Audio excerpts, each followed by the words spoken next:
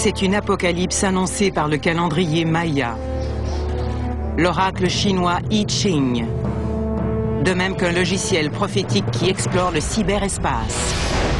2012, la date présumée de la fin du monde. Mais ce funeste présage relève-t-il de la science? Les anciens oracles peuvent-ils vraiment prédire l'avenir? La réponse risque d'être lourde de conséquences, car l'histoire semble appuyer les dires de ceux qui sont convaincus de l'imminence du jugement dernier.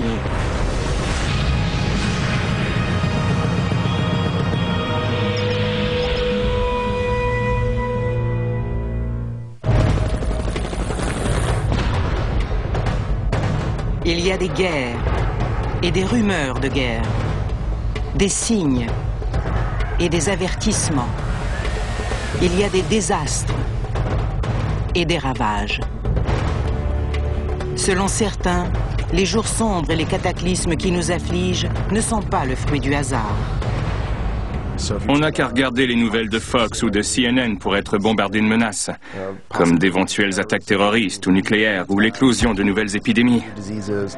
J'ai l'impression qu'on est dans un processus apocalyptique. Notre époque fait l'objet de prophéties depuis fort longtemps, dans les pages de la Bible, dans les temples de la Rome antique, dans les pyramides mayas, et même sur le web.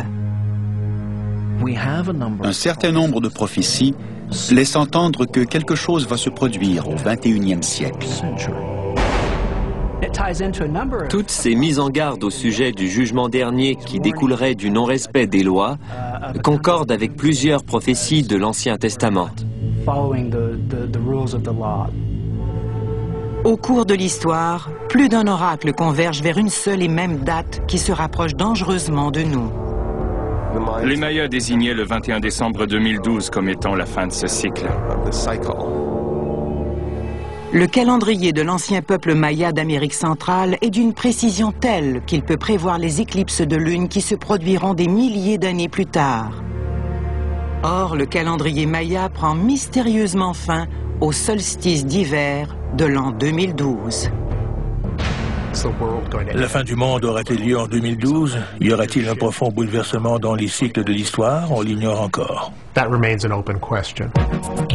La plus récente version de la prophétie apocalyptique de 2012 vient d'un oracle attribuable à la machine plutôt qu'à l'homme.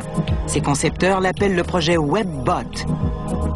À ses débuts, à la fin des années 90, il s'agissait d'un programme visant à prédire les cours de la bourse.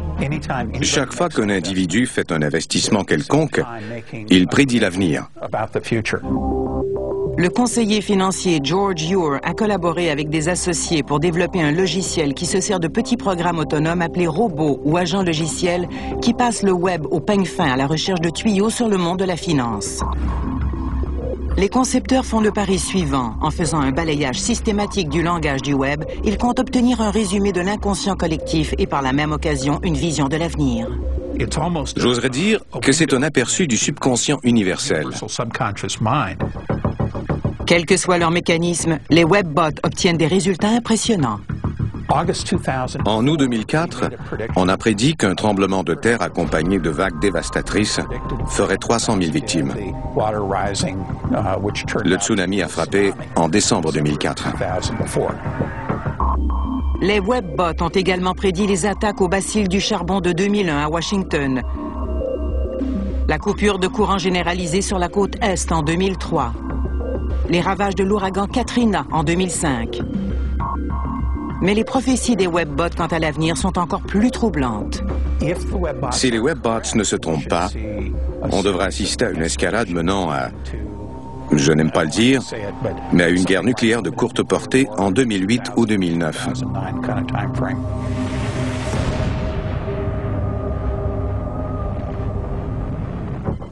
Toujours selon les webbots, une succession de catastrophes va atteindre son apogée en 2012. J'ignore ce qui va se passer en 2012. Cette technologie pourrait éventuellement confirmer plusieurs prédictions antérieures, comme celle du calendrier Maya. Est-ce une véritable prophétie ou beaucoup de bruit pour rien? Pour y répondre, il faut remonter à la naissance de la civilisation occidentale. Les voyants les plus respectés étaient ceux qu'on appelait les oracles. Un oracle est quelqu'un qui entretient une relation prophétique avec un dieu ou avec Dieu le Père lui-même.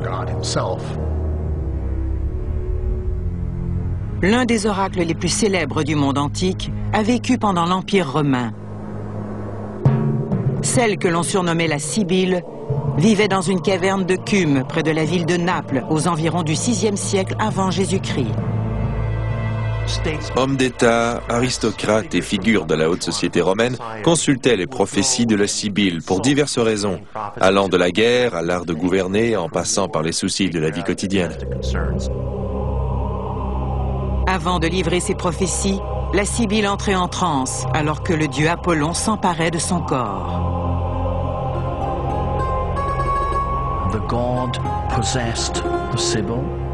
Sous l'emprise du dieu, la Sibylle prononçait ces paroles avec exaltation.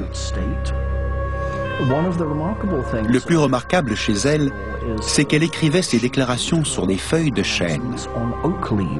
Mais si les feuilles s'envolaient, on ne pouvait plus les rassembler, et le message était indéchiffrable.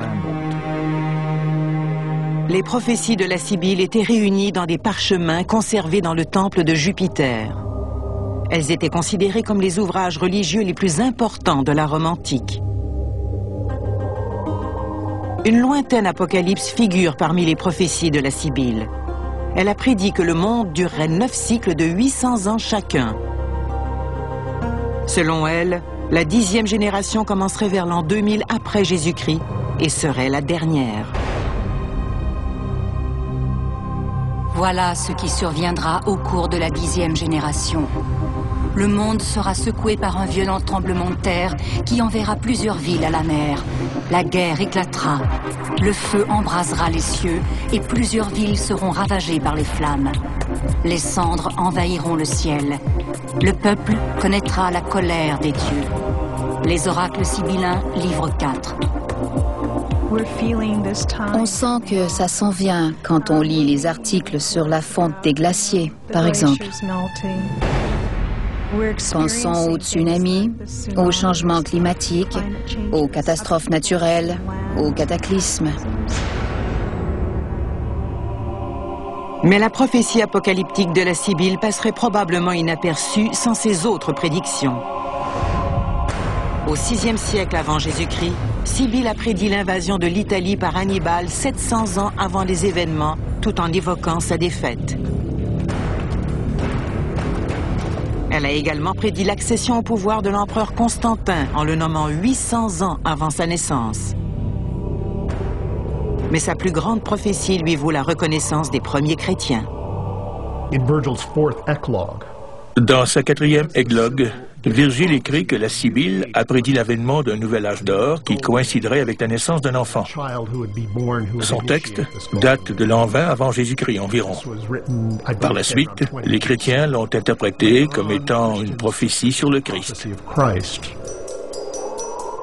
Grâce à sa prophétie sur la naissance de Jésus, 20 ans avant qu'il ne voie le jour, la Sibylle est vénérée par les premiers chrétiens. Michel-Ange lui réserve même une place de choix dans la chapelle Sixtine. Personne n'a percé le mystère du don de voyance de la Sibylle. Mais une découverte archéologique récente laisse croire que la source de ces prophéties n'était pas Dieu, mais un simple gaz. La preuve vient d'un autre oracle ancien, celui de Delphes en Grèce. L'oracle de Delphes est le plus célèbre de tous. À Delphes, on disait que le dieu Apollon conférait sa faculté de lire l'avenir aux Pythie, qui devenaient ainsi les prophétesses de l'oracle d'Apollon. Delphes est un petit village situé à 150 km d'Athènes.